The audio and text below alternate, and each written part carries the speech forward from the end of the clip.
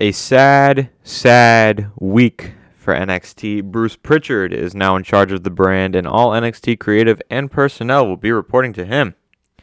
Ali has also requested his release from the company, and I have news on the Elimination Chamber, as well as news on Corey Graves, Lita, and the Disney Channel comments made by WWE this week, plus your show reviews and previews, right here on Breaking the Wall, Episode 5. Let's go.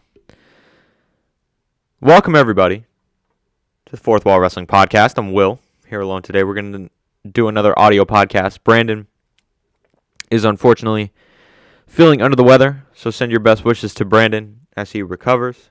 We're not sure what he has, but he's working to get better, and hopefully he will be back very soon. We don't know when he will be back, but hopefully it's very soon, as I said. Another audio pod today. I'm trying something new with my camera, and the way I have it set up now, it doesn't fit the visual style that we usually have the podcast. So while I figure that out, we're going to be audio. Maybe we'll have it up tomorrow for the Raw review. I don't know. I'm going to figure some things out. But today is Breaking the Wall, Episode 5. Y'all see the title. It's a very sad week for NXT. We'll open with this. Bruce Prichard is taking over NXT effectively. Mike Johnson of the PW Insider is reporting that the NXT creative team now reports to Bruce Prichard and Christine Lubrano. Now, I'm not quite sure who Christine Lubrano is, but from what I'm hearing, she was a writing director within the company, something like that. But as we know, Bruce Prichard runs Raw and Smackdown. He is the creative director for both brands. And now, effectively, he has taken over for NXT.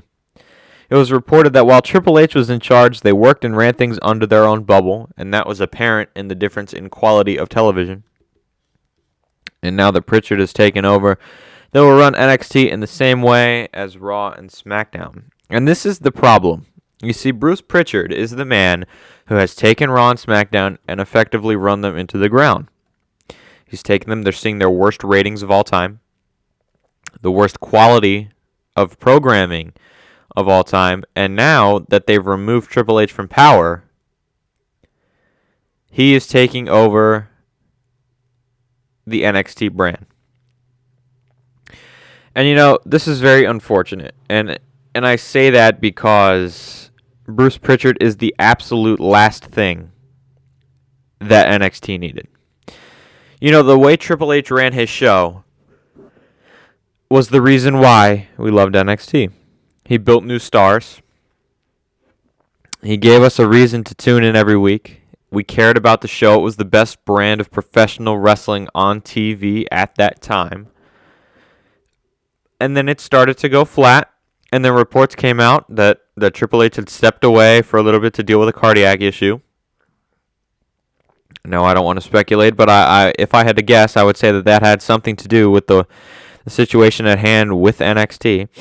But it's not my place to speculate. And then they rebranded. And right then and there, I knew that Triple H had been removed from power. And then they started to erase every little increment of talent, of staff, of, anything that reminded Vince McMahon and what he had on the main roster. Anything that reminded him of NXT was effectively erased.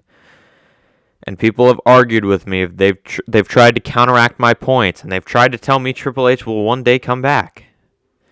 But folks, that's not happening. Triple H has been removed from power, and this move right here, putting Bruce Prichard in charge of that brand, is absolutely the wrong decision. And if anything, it proves that there is no hope for that brand, and that soon it'll be buried into the ground if it already hasn't been. And everything we loved and cherished about NXT will be gone just like that. And it's very sad because there was a time when I looked at NXT as the best brand in the company. And you could still say it is. You could make that argument to me, and I would not tell you you are wrong. I'd actually agree with you. But now we're going to see that gap kind of close a bit. We're going to see the product on this show become worse, and we're going to see it become more similar to what we see on the main roster. And, honestly, if anything, it tells me that WWE has absolutely no care for what their fans think. But we already knew that. They have no care for what their talent thinks. That's been proven before.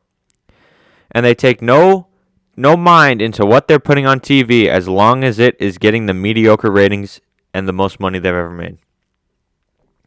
They don't care about anything else but the money they're making, and that's the problem. I don't like comparing companies. I think they're two different companies, and it's a bit unfair to AEW to compare. However, the point needs to be made. AEW cares about their fans and their benefit, and they benefit from it. WWE doesn't. They have the worst product and the worst ratings in their television career, or in their television time, I guess. I don't want to call it a career, but you guys get what I mean. And they're not growing. And you put the man who is at the head of it all, Bruce Prichard, the man who has run that company into the ground along with Nick Khan and Vince McMahon. You want to put him in charge of the only thing keeping your company semi-relevant? And even then, it struggles to stay relevant. It's absolutely unreal and absolutely the incorrect decision. Bruce Prichard should not be anywhere near NXT. And it pains me that I have to come on here and spend a little bit over 10 minutes talking about this when I really shouldn't have to. It's a mindless decision that's only there because Vince McMahon is afraid of not having the people he wants in power. Why did Triple H have to be removed? Because he has better television than you? That's the reason, because Triple H did things better than Vince did on the main roster, and Vince hated that. Vince couldn't stand the fact that Triple H ran a better wrestling show than him, so he removed him from power and is actively erasing everything that Triple H ever created. And that part of the report I read out about them running in a different bubble, that was clear. When you watch Triple H's NXT, and if you need any more proof that Triple H and Shawn Michaels and all of them are not in power anymore, listen to this. Back when NXT was in its heyday with Triple H in power, what was one thing we were able to say? That it wasn't like the main roster, that it was good, it was fresh, it was refreshing. It wasn't what the main roster gave to us. That's what we loved about it. That's what we loved about AEW when it first started. It was different. It wasn't like the main roster. We had two brands of professional wrestling that we liked and two we didn't like. And now, they ran differently. They created new stars. And now, what do? They run the same formula as the main roster. What we see weekly and the way we see it is a very similar direction that the main roster goes in when they don't know what to do. We see them booking themselves into corners. Now, keep in mind, we do see the building of a few new stars like Braun Breaker, Carmelo Hayes. People like that. But that's because they have to. That's because Vince McMahon has hand-selected those guys because they fit the mold and they fit everything Vince McMahon wants to see in a professional wrestler. If you need any more proof that Triple H is not in power, I need you to take a look at the quality of the shows then and now. And now you can make a case. NXT 2.0 is not that bad. But to a professional wrestling fan who spent the last, I don't know, I think I watched NXT for a few years. For the last few years that I watched NXT, that I tuned in every single week and loved what I saw.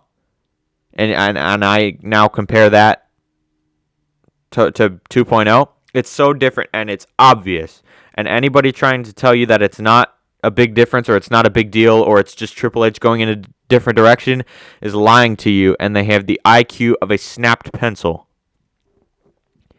Triple H is not in charge anymore, and he hasn't been in charge, and this is the final nail in the coffin. That brand will be dead on arrival when we see it Tuesday. And when all these idiots realize it, they're going to look stupid because everybody else, most people, have figured it out and they have known for a long time. I've been preaching it since they rebranded, and not many people believe me. But this is a depressing situation, guys. And Brandon had some thoughts on that as well. Since Brandon is out today, and he had strong opinions on these topics, so I'm going to read. I had him send opinions into me about the topics, so I'm going to read them off. Let's find this.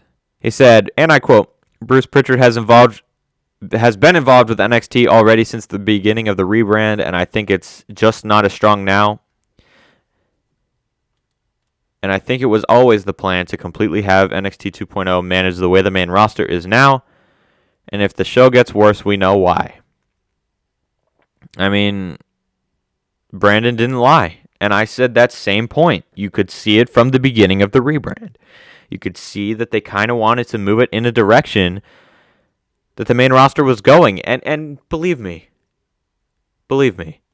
it's not going to get any better. And I saw some absolute numbskull. I believe that's the correct pronunciation of the word. But I saw this numbskull on Twitter saying, oh, well, Bruce gets Raw and SmackDown over 1 million every week. Well, maybe he can do the same for NXT.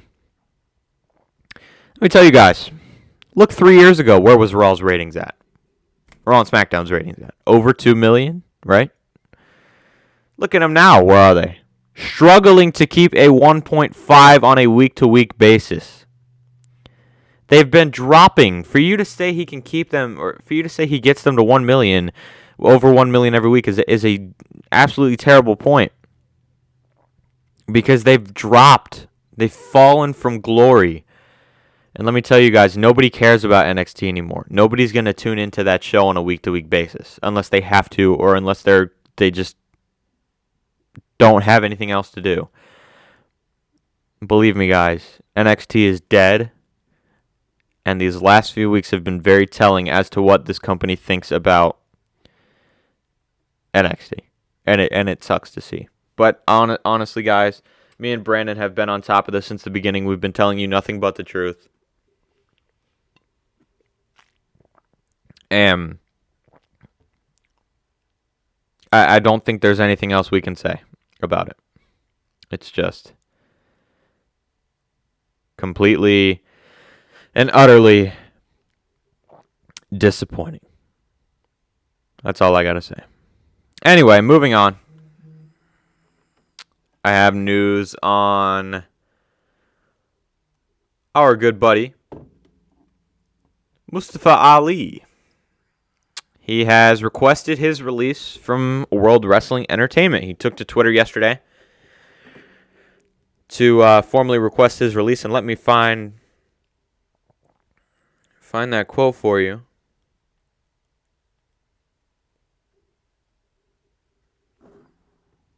He said, and I quote, I have a message that is much bigger than my dreams in professional wrestling. Despite my best efforts, I will not be able to deliver this message while working with the WWE. Therefore, I am requesting my release from the WWE. Look, guys, all I have to say is it's about time. It is about time this man has taken the first step into getting away from there and being free. Everybody knows how talented Ali is. Everybody knows that when it comes to talents in the world, he is a top professional wrestler. And on top of that, he is a top creative mind as well. If you have ever sat down and watched a video that he posted on Twitter, he posted a video a couple weeks ago, a month or two ago actually, of a New America type gimmick. And originally it was accepted, but then it got shot down. He's had 2 matches since being drafted to Smackdown, which they could use him because the Smackdown roster is so depleted. He has, and reports said, and this is my next point, reports said that he requested time off to go on maternity leave because his wife was having a baby. He only requested 1 week off for that. So that report I read out a couple weeks ago, I remember talking about it on this show, about how they had no creative plans for him, was 100% true. And I don't know how you can tell me, or how you can feed me that narrative, that they have no creative plans for him, when he's giving you the creative plans he wants to do. It's right in front of you. All you have to do is put him on TV in the way he sees it, and you will have a star. But they don't want to do that because they're afraid of building new stars, and they're afraid to let these guys have creative freedom. They're afraid to let these guys use their own visions, because if it works, then they can't take the credit for it. Ali is making a right decision in getting out of there. And I heard, I don't know how correct this is, but I heard there was an open door policy unless WWE is absolutely hell-bent on not letting them go. Which, if you line up reports with me, they're not hell-bent on keeping him because they have nothing for him.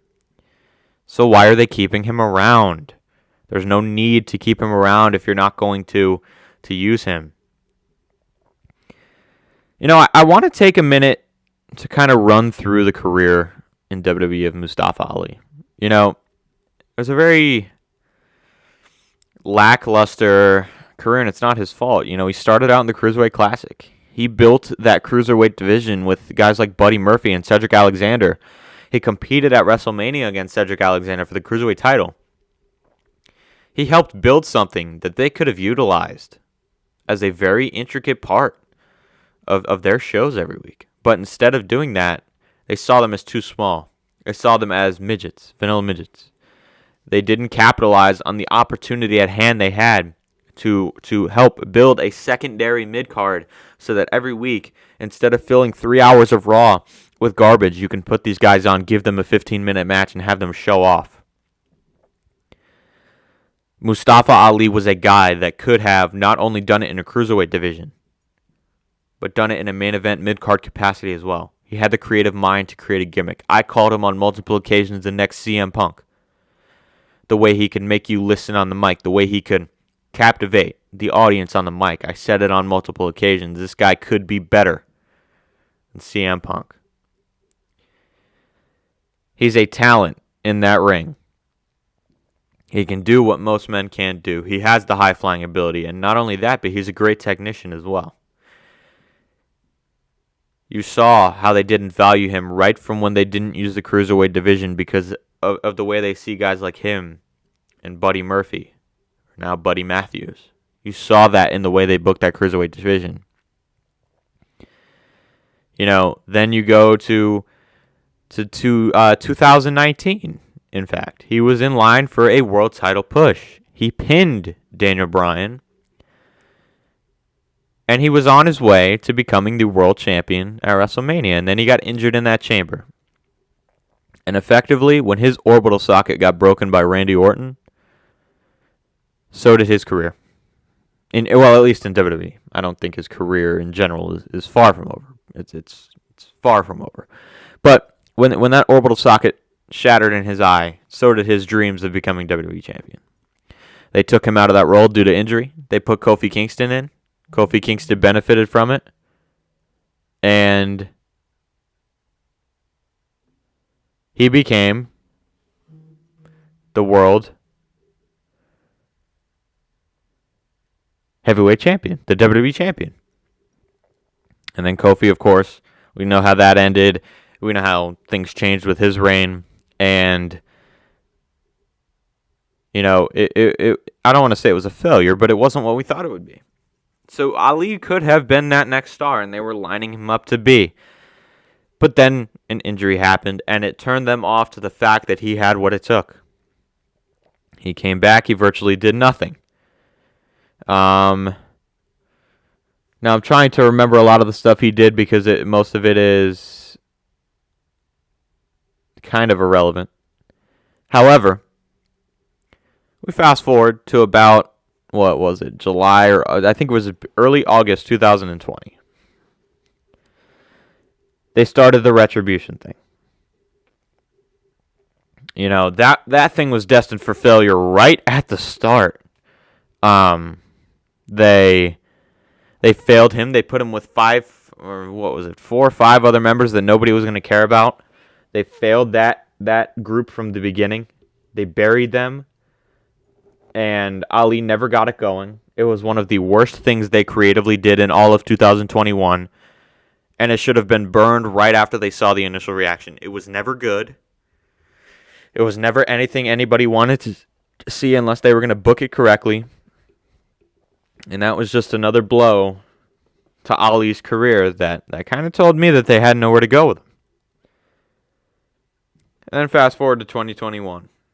He kind of debuts a new gimmick. He thinks that he's able to, do something with it. And then he's teamed with Mansoor. He's trying to shape Mansoor into the superstar that he can be, according to Ali. And he tries to lead him on this right path. They're in a tag team. I've been on the podcast multiple times. Actually, before we came back when they were a thing, back in August, I said they could become very good tag team champions. And they could potentially be the ones to take the titles off of RK Bro and lead to that eventual turn. It could be the culmination of everything they had been doing as a tag team for the prior months. And they didn't do anything with them. They split them up in the draft. They put Ali on Smackdown, and ever since being drafted, as I said earlier, he had 2 matches. After that, they stopped booking him. It was about time for his wife to have a child, so he requested 1 week off. He took that 1 week off. They didn't have him on SmackDown in Chicago. And ever since then, his career has been at a stalemate. He hasn't been on TV. He's been pushing to play the Blade in the new Marvel movie, which I think he'd excel at. He's a very creative man. And I think, now that he has requested his release, what you're going to see is you're going to go see him work the indies. He's gonna create that Matt Cardona type of buzz. You see Matt Cardona on the indies now. What is he doing better than anybody else on the indies? He's involved in a lot of things. He's getting people talking. I think Ali can potentially do that. I think he can work his career. He can pull a Drew McIntyre.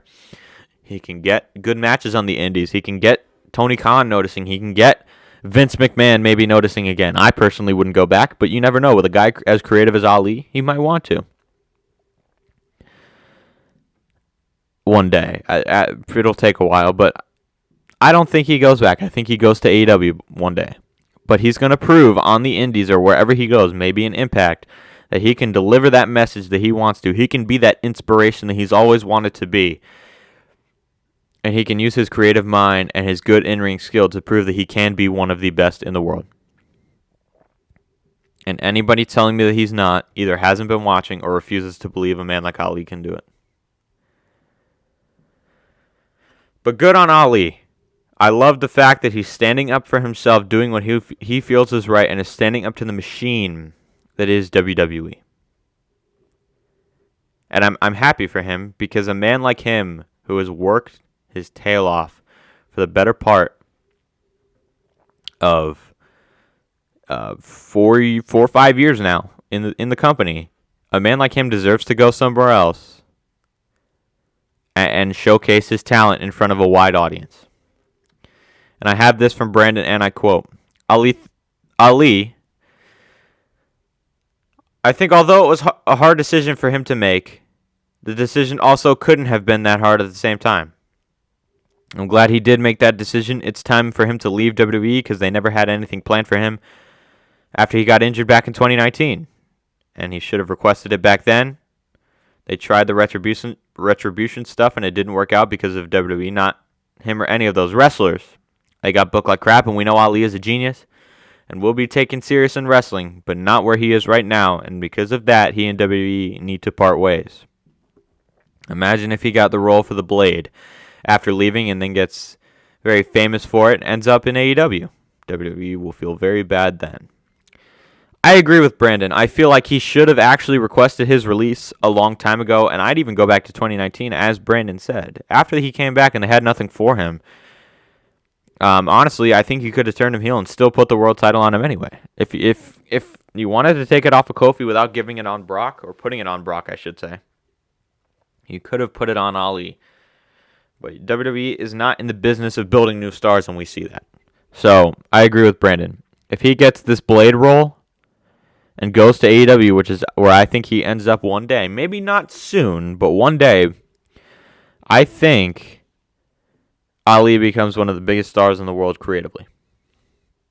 And there's not much you can tell me to deter me from that stance. But I hope he gets the Blade movie. I feel like he deserves it. If we have any more updates, we'll give it to you soon. Oh, God, this one I'm going to have fun with. WWE could potentially be changing the Elimination Chamber. Originally, it was reported that the chamber would happen in Saudi Arabia, which is now confirmed. It was unclear what the Saudi show would be. We now have confirmation that it is the Elimination Chamber. It's just going to be from Saudi. And reports also stated that WWE would brand the show to something called the WrestleMania Chamber. That is not the case. That's been proven false. But I kind of want to go into that because I didn't get a chance to. I purposely waited to put it on this show instead of putting it on the Smackdown and Rampage review, and I wish I did put it there because now we got confirmation that it's not going to be, so this rant really means nothing. But look, realistically, if you want to call this show the WrestleMania Chamber, it would have needed to happen at WrestleMania. That's what that name tells me, is that it is a Elimination Chamber match at WrestleMania. And, I get the reports. They want to change it due to negative connotation in other nations. But really, why should we care? Your audience is strongest in the United States. You need to appeal to the audiences in a way that you make the most money, which is what Vince tries to do, and it fails because he makes the wrong decisions. Look, if you want to change it, that's fine. But change it to something that makes sense and something that is going to get the people to tune in. Maybe change it back to No Way Out. Why do we have to change things to names that nobody's going to call it? Nobody's going to call it, hey, are you going to watch the are you going to watch the WrestleMania Chamber this Sunday? No. I'm not going to want to watch a show called the WrestleMania Chamber. I don't know why WWE takes everything and has to change it and has to mix it up and try to make it modern when all they do is fool themselves. And not only that, but the chamber isn't even booked in a position. It's not even treated correctly. And I'll go into that in a second, but we did get confirmation today. WWE is holding the Elimination Chamber on February 19th from Saudi Arabia at the Jeddah Superdome. Like I said, Saturday, February 19th. I believe it's a Saturday. Actually, no. It might be in the middle of the week because that's when they do the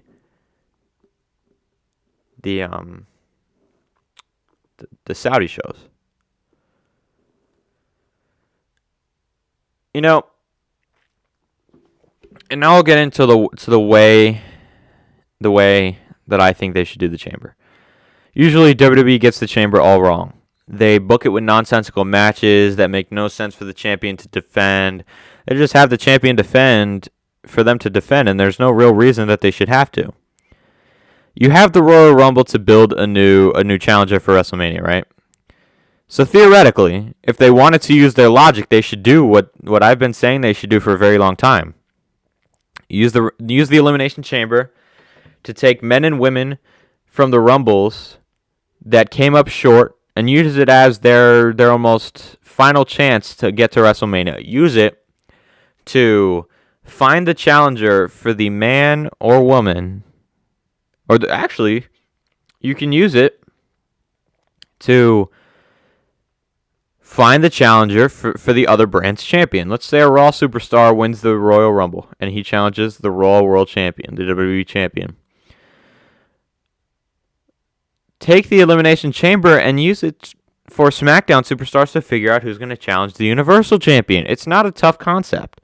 But instead, they just have the champion walk in, bury 5 other potential challengers, or other superstars, and they really make no sense of it, and it's used in a way that nobody wants to care about it. Because on the road to WrestleMania, they have the champion that they know are going to walk in.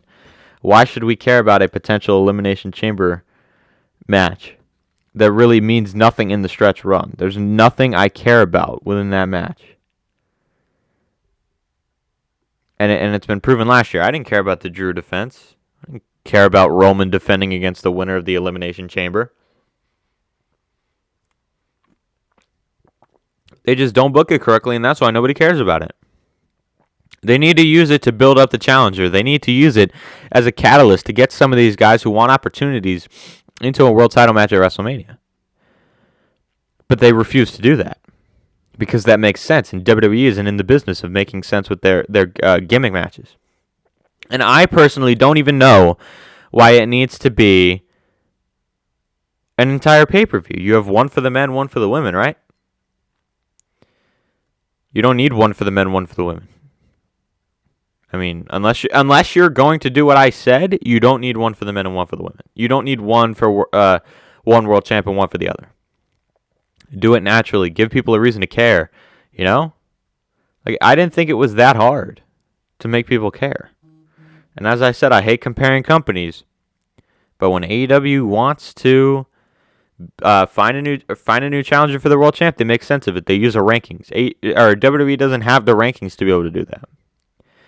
And they suck at building new challengers because they're afraid to build new stars. That's my problem with the Elimination Chamber.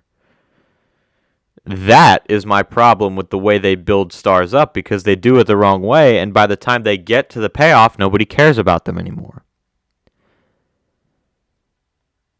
And it's proven each time they try to do it. So, great, you're having the Elimination Chamber in Saudi Arabia. But if you're not going to do it right, then I have no desire to tune into the show. You guys, you know? And let me pull up Brandon's quote. Let's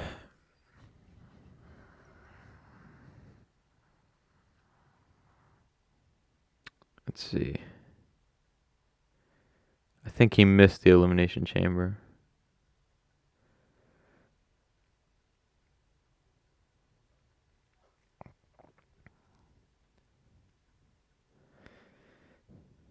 Yeah, he missed the Elimination Chamber part, but that's all right. I know his thoughts on it. I'm not going to speak for him, but me and him have very similar thoughts when it comes to this. So, take with that what you will. Corey Graves is cleared to return to the ring. Fightful reported that Corey Graves has been cleared by doctors. Graves was involved in a 24/7 title segment a few weeks ago, but reports are also stating that he's been cleared since about mid-2020. Guys, I'm going to be honest with you. Seeing Corey Graves in a Rumble setting would be cool. I'm not going to say it's bad. They can do one of those segments where the music hits and they get up from the commentary table and walk to the ring and kind of, get in the Rumble for a little bit, have a little hot spot in the match, and then get thrown over the top rope. That, for Corey Graves, would be something I'd like to see. I'd want to see how his wrestling ability has changed. We know he's been training. We know he's been getting better. Or I don't want to say getting better, but we know he's been keeping active. And I think he would look good in a Rumble setting. The fact of the matter is, guys, he's a rock on commentary. He is a great professional wrestling commentator, and I think if it was up to me in WWE's best interest, I would keep Corey Graves on the commentary table. There's no reason to take him off that desk because there's nobody that'll be able to do what he does on a night-to-night basis on that commentary team. Name one person on that commentary team besides maybe Pat McAfee, who's on Smackdown, that can do what he does. Byron Saxton can't do that. Jimmy Smith surely can't do it, although I think he is a decent play-by-play guy. Who are they going to call back? JBL? He's not as good as Corey Graves, although he's decent. Who else? David Otunga? I don't really care for him on commentary anymore. That ship has sailed. Jerry the King Lawler surely isn't as good, and he says a lot of stupid things on the commentary desk. So if it was in their best interest, having Corey Graves return to the ring is not something that I think is smart, because you take away from the commentary aspect of the show, which you hear all night for 3 hours and 2 hours on Monday and Friday night, respectively. The commentary is something you always hear. It's something that adds a lot to the show. It adds a lot to the element of presentation. good commentary goes a long way. I want to be a commentator when I grow up. I know that if I go into that show with a lackluster or a lackluster color analyst, it's not going to be as good as if he was good. Having Corey Graves on commentary adds to the show. In an already bad show, Corey Graves adds to it on commentary. He adds an element. And people may not like him, but he is the best they have. And not only that, even if he is cleared, what do we know? What do we know about his safety in the ring? What if he takes another bump? What if another injury occurs? What then? You're risking his livelihood when he's past his prime because you're selfish and want him back in the ring. Now, I may be completely wrong. He may want to get back in the ring. If that's the case, if he feels comfortable with stepping back into the squirrel circle, that is fine by me. He can do what he pleases. But if I'm looking at a business outpoint, if I'm Vince McMahon and Bruce Prichard in that creative room, and I know they won't make the right decision, but he can go into the Rumble, he can have an appearance, maybe he can do a one-off thing for WrestleMania, maybe. But I think the correct decision here is to keep him on commentary and have him add to the show in that aspect, because he's not going to add a lot to the show in a wrestling aspect. I think the problem nowadays is the people they put on the show don't add to the show. And that's why the show is bad, because a lot of the people there, they don't add anything to it. It's like, I'm going to give you guys a sports analogy. You have your head coach, right? Just because he's the head coach doesn't mean he adds anything to the team. The offensive coordinator calls the plays for the offense. The defensive coordinator manages the defense. So if that's the case, what exactly does the head coach do? Nothing. So I think they need people who add to the show, and I think Corey Graves contributes more on commentary than he does in the ring, or on the mic in the ring. So Brandon had this to say, and I quote, "Corey Graves, I think, will be in the Rumble, and I think it's great to have him back in ring, and he's definitely going to stay with WWE and have a pretty decent mid-card career. Sadly, I don't ever see him being in the main event. But who knows, I could be wrong. I'm glad he's been cleared so he can get back to doing what he got in the industry for."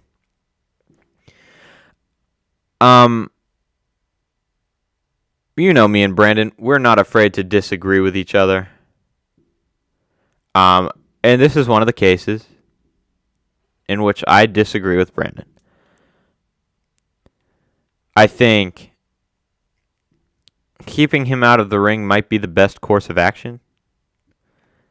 And although he did get into the industry for this, and I think he shouldn't have that taken away from him. If he wants to wrestle, let him wrestle. That, like I said before. But personally, to me, he contributes more on the commentary desk, like I've said about 15,000 times. But I definitely get where Brandon is coming from. I think it'd be cool to see him in there for a little bit, but he needs to be on commentary for most of the rest of his career. But either way, congratulations to Corey Graves for getting cleared. He's a hard worker. But in the end, I really don't have a desire to see him in the ring. Although I would like to see, because we know he trains, I would like to see what he can do. So they got to do it right. If they want to put him in there a little bit, then that's fine by me. But if not, if they want him to be in there full time, I'd personally keep him on the commentary desk. Lita and AEW are in the news this week. Reports said that Tony Khan was in contact with Lita about a potential feud with Britt Baker for All Out 2021. Lita instead turned down the offer and returned to the WWE, and the door is open for her to work with AEW maybe in the future.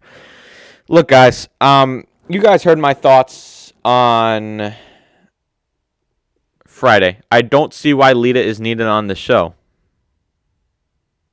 She added nothing to it. I mean, yeah, it's nostalgic to see her, but, my mom is a big Lita fan. And I explained it to her like this. Her head bobbed and her hand went up and did the Jeff Hardy Team Extreme thing when her music hit. But I asked her this question. What happened when the music cut off? What did your brain do when her music stopped and she got on the mic? The nostalgia went away. Like, I'll admit, when Lita's music hit, I had a smile on my face. I love Lita. She's one of my, as I said on Saturday, she's one of my favorite women's professional wrestlers of all time, and she's in my top 15 overall. Top 15 favorite, not top 15 best. But when the music stops and she gets in that ring and she talks as she wrestles, that nostalgia goes away. And all she does is hurt the Women's Royal Rumble, and she hurts the women's division. because she's taking opportunities away from people that could have had them, and it's not her fault, but she's helping prove my point that WWE not only is a hypocritical company, but they prove that there is no reason that they should have fired Ember Moon. Who else? Tegan Nox. Taya Valkyrie, otherwise known as Frankie Monet. Women like them who could have been players on the main roster, who could have been potentially candidates of winning the Royal Rumble if they were booked right. But instead, no, we bring out and we unload the WWE Women's Division retirement home. We have 46-year-old Lita, 38-year-old Nikki and Brie Bella, 37-year-old Kelly, 38-year-old Michelle McCool, 42-year-old Mickie James. You're unloading their retirement home in this Rumble, and there's really no reason to do it. You could have had one of the bigger Women's Royal Rumbles ever with using the stars you had if you didn't release all of them, but that's not the case. Here we are today. I haven't even gotten to what I think of Lita working with AEW, and I'll get into that in a minute, but right now, I have a lot to say about this situation. I talked about it Friday, but I realized a few things that I didn't go in depth on. One, as I said, Lita hurts the women's division. Two, Lita could potentially be ruining my thoughts on the road to WrestleMania. If she wins that Rumble, that women's title match means nothing to me.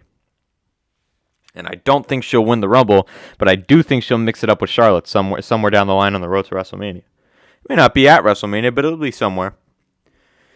And three, and this is the biggest one to me, WWE thinks that these women will boost the ratings and bring them money, and they were afraid to put the young people in the Rumble because of that reason, because they're not going to draw. They're not going to bring the money that these legends will. When in reality, you're not giving them a chance to draw you money one day because all you're doing is unloading the retirement home at any possible second. Summer Rae is also in her 30s. You're unloading the retirement home, and you're sacrificing the people who are the future of your business because you're afraid to give them the chance to draw money. They're not even getting the chance, and it hurts the women's division actively and effectively every single month, every single week, every single day. Every single time we see a legend return, it hurts the women's division, and there is nothing being done by that piss-poor company to fix it. And that's what makes me so mad. That's why I get worked up over it, because there's nothing that's being done to fix it. And now my thoughts on the AEW thing. I personally don't care. I think I'm glad it didn't happen in AEW because I'm not a fan of AEW trying to bring in legends to put over new stars unless it's completely necessary. In this case, I don't think it was necessary. I think Britt Baker getting herself over with the fans like she has was perfect, and she really didn't need the rub from somebody like Lita. Sure, it would have been cool. Sure, the door might be open. And one day, cool, Lita can show up. I'd be happy about that. But for All Out 2021 with Britt Baker in a women's title match, I don't see the need. I think that match with Chris Statlander was very good. And it served its purpose. A match with Lita probably wouldn't have been as good because Lita's, she's been in the ring once since she retired.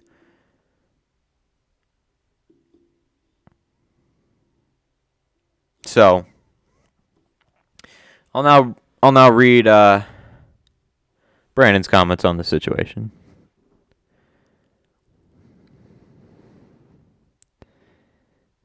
Lita wanted an AEW doesn't shock me at all. I mean, it's because it's Lita, But I knew Lita was going to do one more match in WWE or some type of run after Mickie came back and then Trish for one, too. So after this, whatever she's doing in the future, I think it's very possible and it would be cool. Sure, but I think TK needs to stay focused on getting those young, hot, talented women who have been released and also some bright upcoming ones to carry the division in the future. And that's another point.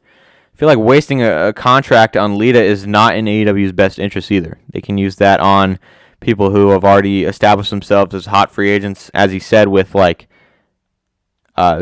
out there? Ember Moon, Taya Valkyrie. We've already seen it with Ruby Soho. women like that. Tegan Knox is out there. People like that who they can capitalize on and make stars in the future in that company. I think it's not in their best interest to sign people like Lita and Mickie James and all them. They need to stay with the people they have, get them over, and fix that division from the inside out. And then you can start signing people like Ember Moon and Toni Storm and all them. So I think it's a very tough situation to be in as a fan because you want to see it happen. But then again, you want to see new stars built. So, and I'm in the boat of wanting to see new stars built. So, that's what I have to say about that. And finally, Disney Channel, WWE, comments on an AEW match.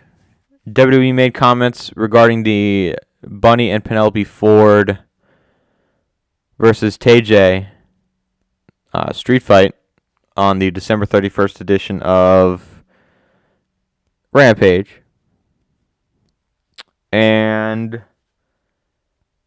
all I have to say is that it is very laughable. And when I heard that, I fell to the floor laughing.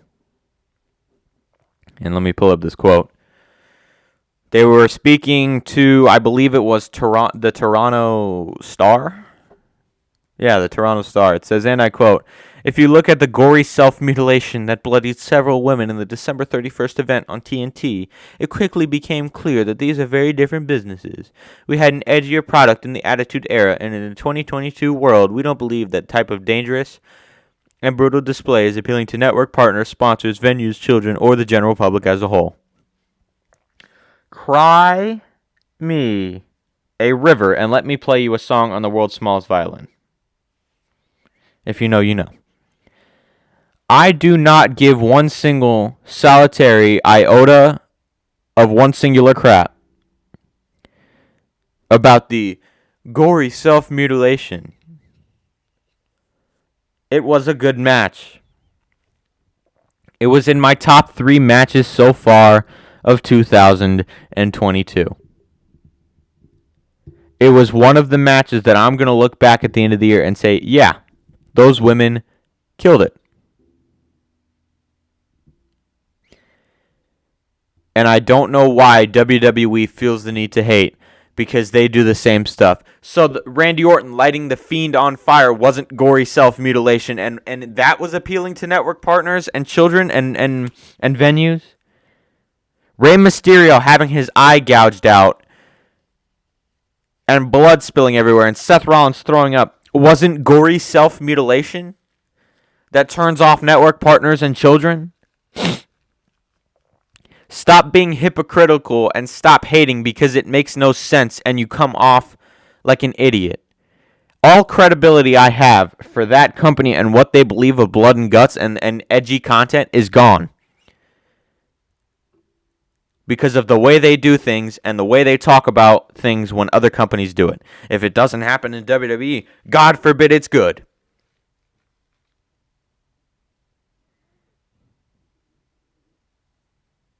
God forbid they do anything right. Brandon had this to say.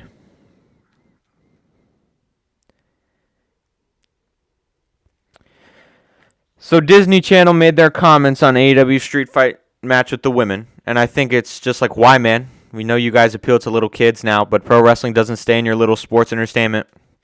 And those women killed it and shocked everybody. Talking bad when your product is at the worst it's ever been and does not look good. And look, I even hate it sometimes when AEW likes to brag a little too much and talks about WWE. Because yes, they have a lot of bad things, but you guys have some things to work on too. I don't get why either company has to talk down on one another. Just stay focused on you. The little shots that are made on TV is fine. It's very funny. But other than that, focus on making your product better. He hit the nail on the head, guys. Brandon hit the nail on the absolute head. I'll say this. WWE's comments were unneeded, and they were actually very hypocritical if you think about it. What they said makes zero sense, especially going back and watching what they did in the pandemic. And honestly, I don't think anybody is judging anything they do for having blood, because blood adds, and now done in moderation, blood adds a lot to a wrestling show. It gives a real sense to it. Apparently, WWE doesn't dabble in the realistic world of professional wrestling. And that pisses me off, because they have the audacity to talk about the way AEW does their blood matches, or the way they do things, and they don't make anything better with their product. I'd rather watch, what is it? They have 6 total hours of content in WWE. I'd rather watch 6 hours of blood street fights than anything they put on. And I can find a bunch of little kids and a bunch of network partners. Clearly TNT didn't have a problem with it. Clearly TBS doesn't have a problem with it. Turner Media as a whole didn't have a problem with it. So why is it a big deal? It makes no sense. And that's all the news I have. Now we'll get into the show reviews. Got Raw last Monday. We had the Bobby Lashley and Brock Lesnar face-off. Alpha Academy won the tag team titles, and Doudrop won a triple threat to earn a match with Becky Lynch at the Royal Rumble. Look, guys, another piss-poor Monday Night Raw. The Lashley-Lesnar confrontation was all right. I like the decision to put the titles on Alpha Academy, but pretty much nothing else I really cared about. It was just another nonsensical, piss-poor Monday Night Raw. We saw one of the worst segments in the history of the show. And guys, I really don't know what else to say. There's not much else I can say on this matter. It wasn't a good show. It stayed consistent with what they've been doing. Bad shows weekly. NXT this week, we had AJ Styles and Grayson Waller, Tony D'Angelo and Pete Dunne, and Braun Breaker started his reign as NXT champion. Look, I'm a fan of Braun Breaker. It just sucks watching the show knowing that we are headed towards complete and total murder of the brand. Now, don't get me wrong. Like I said, the show wasn't terrible. However, watching it is hard. I will say that. Grayson Waller and AJ Styles was a good match. We got the return of LA Knight. I'm excited about that. D'Angelo and Pete Dunne was good as well, and the show was not terrible. However, it's just hard to watch, like I said. Dynamite this week had Sammy Guevara and Daniel Garcia for the TNT title. Brody King debuted. We got Lance Archer's return, Powerhouse Hobbs and Dante Martin, and Wardlow versus CM Punk. Look, this is a very good Dynamite. It wasn't your typical, or it was your typical B plus A minus show.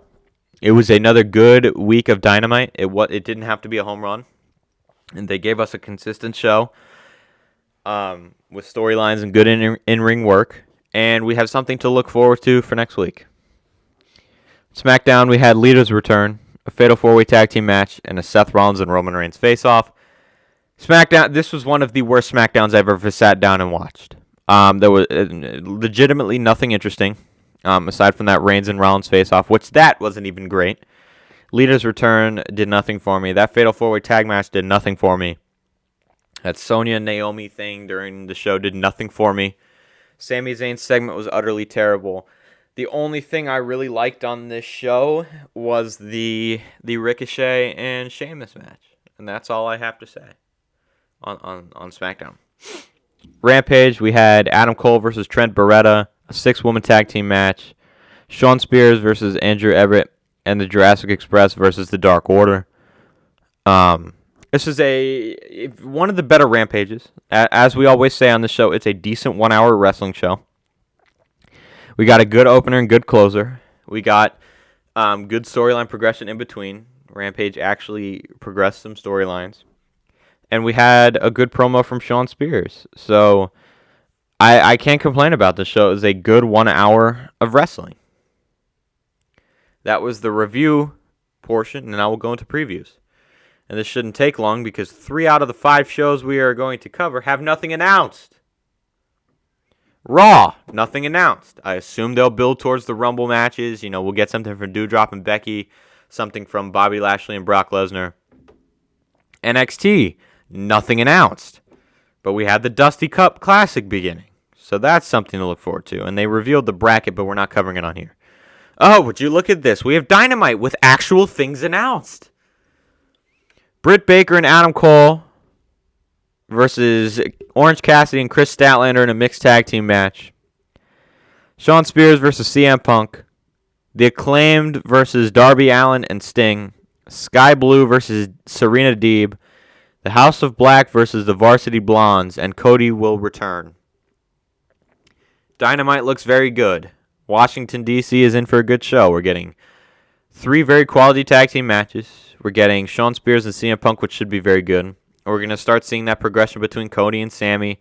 And I'm interested to see how they continue to build on that Serena Deeb heel run, because it's been very good so far. Smackdown, surprisingly enough, we have something confirmed. Charlotte Flair versus Naomi in a championship contenders match. Not something I'm caring about. I assume it's just going to be used as another catalyst for Sonya to screw over Naomi and build towards Naomi winning the Royal Rumble. I don't really know, but it's nothing to care about, guys, because we've seen it before, and we're probably going to see it again. And then for Rampage, obviously nothing announced. I'd assume we're going to see Jay Lethal and Ricky Starks. They might hold that off. I don't know. But as of now, nothing is announced, and that's not a surprise to me because they usually don't start announcing things until Wednesday, which is the formula they use, so that's fine with me. But that looks like it's it, guys. Let me see if I missed anything from Brandon that I need to read off.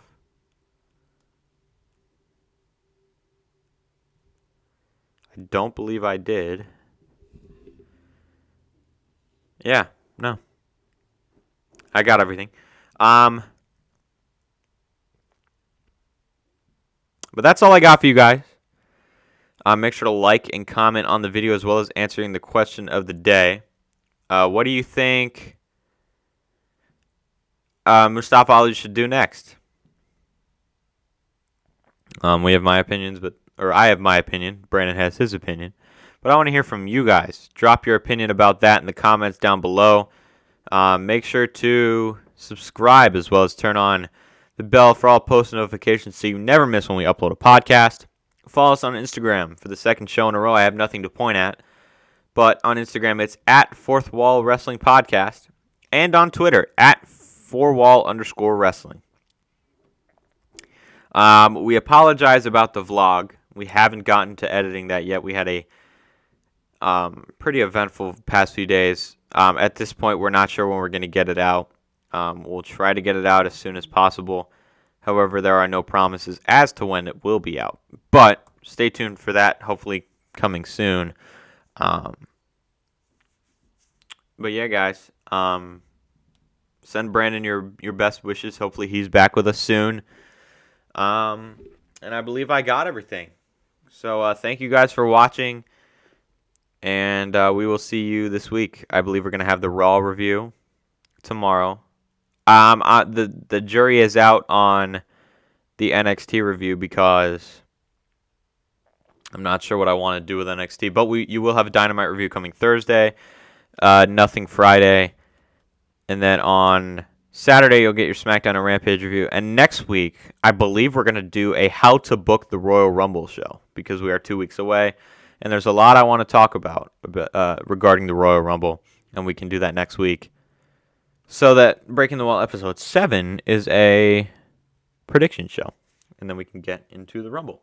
But yeah, guys, we will see you tomorrow for the Raw review. Thanks for joining us. I'm Will, and this was Breaking the Wall episode 5, right here on the Fourth Wall Wrestling Podcast. Peace, guys.